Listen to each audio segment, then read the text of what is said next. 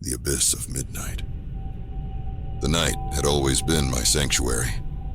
After a long day, I found solace in the rhythmic hum of the engine and the dim glow of my dashboard lights. But tonight was different.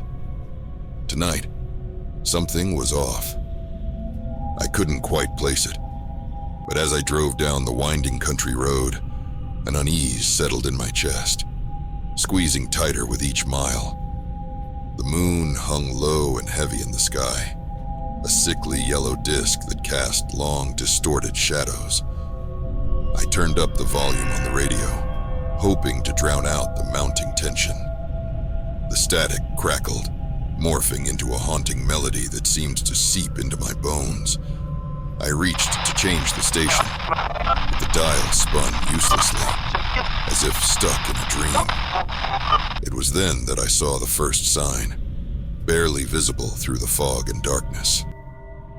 "Welcome to Rosedale," it read, although I didn't recall seeing this town on my route. Rosedale was nothing more than a dot on the map, a forgotten place. I had no reason to be here, but the road beckoned me with an almost magnetic pull. My tires crunched over a thin layer of frost that seemed out of place for the time of year.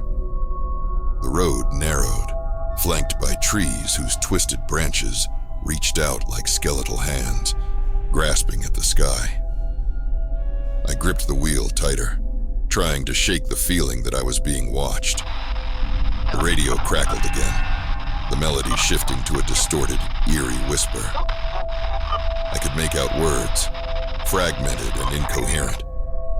My heart pounded as I glanced in the rearview mirror, half expecting to see someone, or something, following me.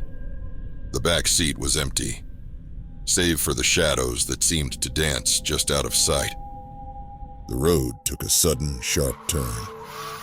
I barely managed to keep control of the car, the tires skidding on the icy surface. Ahead, the fog thickened, swirling around my headlights in ghostly tendrils. I slowed down, my eyes straining to pierce through the gloom. The fog parted momentarily, revealing an old, decrepit house perched on the edge of the road. Its windows were dark, but for a moment, I thought I saw a flicker of movement inside. The house seemed abandoned, its paint peeling and the roof sagging under years of neglect. I hesitated, then drove past it, feeling a strange compulsion to glance back. The house seemed to loom larger in the mirror, its shadow stretching out like a dark stain on the road. Suddenly, the engine sputtered and died. I coasted to a stop, the sudden silence oppressive. The headlights dimmed, casting eerie shadows on the fog-enshrouded road.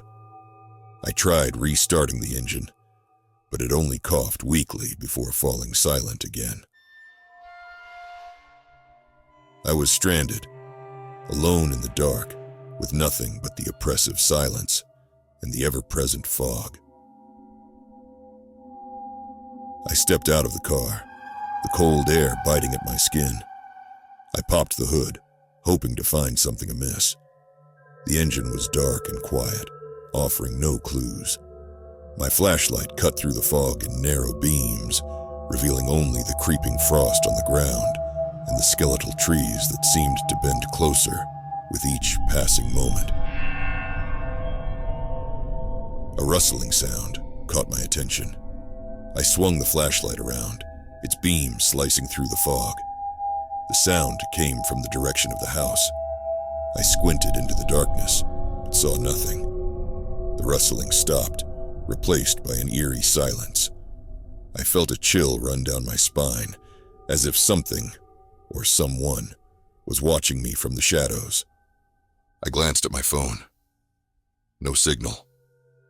My heart raced. Stranded with no way to call for help, I had no choice but to walk back to the house and see if someone could assist me. As I approached, the front door creaked open with a groan, though there was no one visible. Reluctantly, I stepped inside.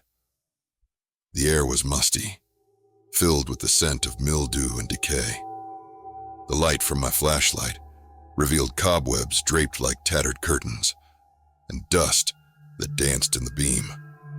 The walls were lined with old photographs, their faces scratched and faded. The eyes in the photos seemed to follow me as I moved, adding to the creeping sense of dread. A cold draft blew through the hallway, sending shivers through me. I followed the draft, which led me to a staircase descending into darkness. I hesitated, but the need for help pushed me forward. Each step creaked under my weight, the sound echoing in the oppressive silence. The staircase seemed to descend forever, twisting into a darkness that felt almost tangible. At the bottom, I found a door slightly ajar. I pushed it open and stepped into what appeared to be an old cellar. The floor was strewn with old furniture and boxes. A single, flickering light bulb swung from the ceiling, casting erratic shadows on the walls. My flashlight beam landed on a large, dusty mirror propped against the wall. As I approached it, the image in the mirror caught my breath. It wasn't a reflection of the room, but a view of the road outside, fog swirling, the abandoned car still stranded, and in the shadows of the mirror, figures moved. Silhouettes that seemed to reach out, beckoning with ghostly arms. I turned away from the mirror, my pulse racing. I had to get out. I ran up the stairs, but the cellar seemed to stretch, the darkness closing in on me. My footsteps echoed louder, and the air grew colder, heavy, with an almost palpable fear. When I finally reached the top, the house was silent once more. The door to the outside was ajar, and the fog seemed thicker, more oppressive. I stumbled outside, gasping for breath, only to find the car still dead, the fog swirling like a living entity. I slumped against the car, trying to calm my racing heart. The house loomed behind me, a dark silhouette against the fog. I knew I had to wait for morning, but the feeling of being watched never left me.